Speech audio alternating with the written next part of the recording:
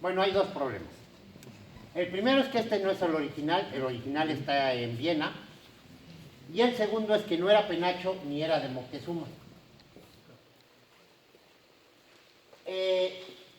Esta pieza, que está elaborada exactamente como estaba elaborado el original, tiene más de 400 plumas de quetzal, más de 2000 plumas de colibrí, cerca de varios kilos de oro y otras piedras preciosas.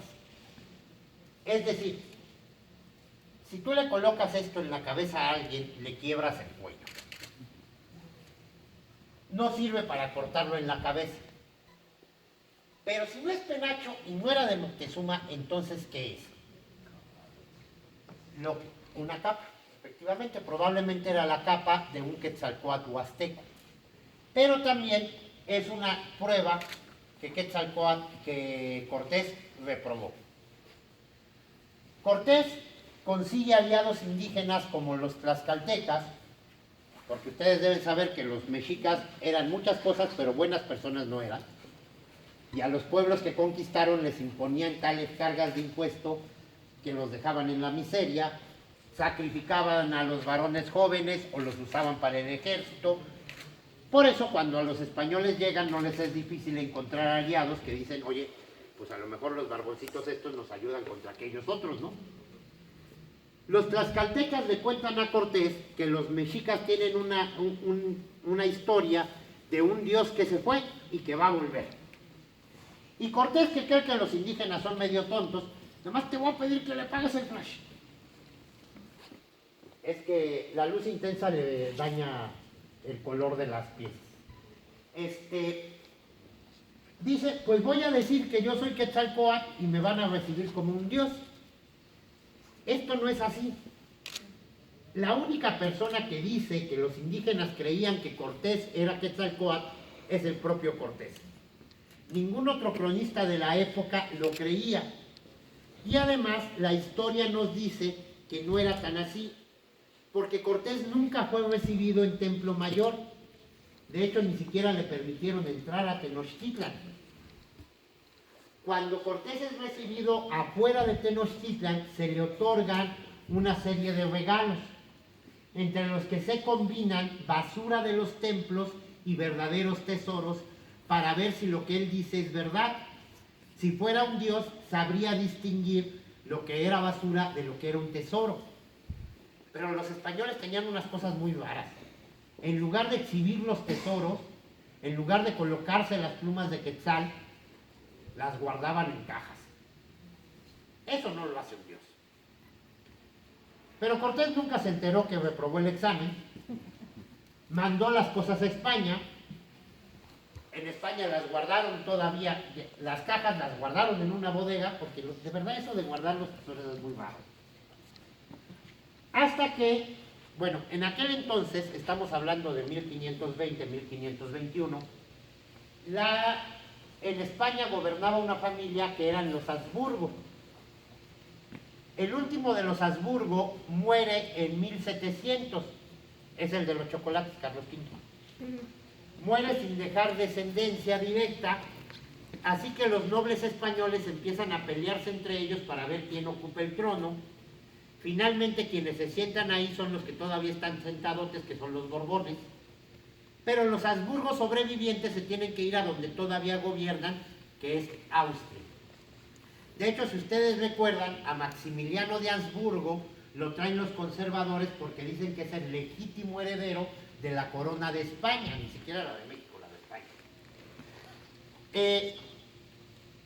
Pero como sucede con todas las monarquías, eventualmente los derrocan también en Austria.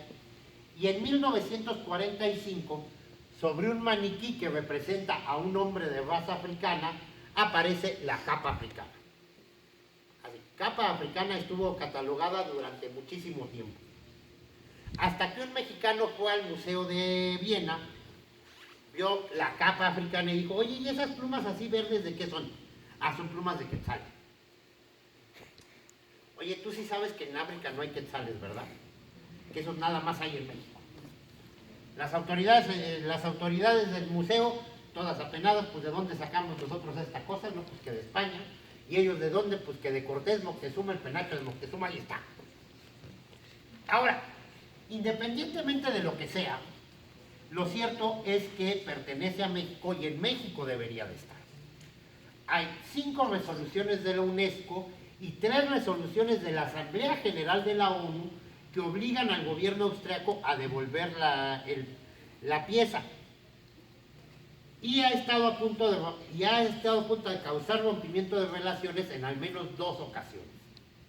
La más grave de ellas sucedió en los 60. Ustedes han visto a los mexicateados, los que bailan con los penachos y todo eso.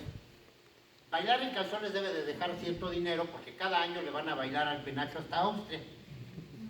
Bueno, antes de bailaban al penacho ya no los dejan entrar. Porque la última vez que los dejaron entrar, en los 60, uno de ellos, eso de bailar, le dio mucha sed.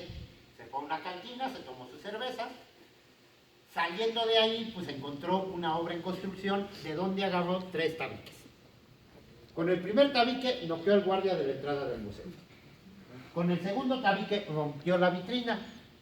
El tercer tabique, dice, era por si el guardia ya había despertado. El asunto es que a la salida no había un solo guardia, había muchos y con pistola. Lo arrestaron y el presidente de México en aquel entonces, Gustavo Díaz Ordaz, se comunicó con las autoridades de Austria para exigirles que soltaran al borracho y ya de paso nos regresaran el penacho, y la policía de Viena le dijo que no, que eligiera al borracho o al penacho. ¿A quién creen que eligió?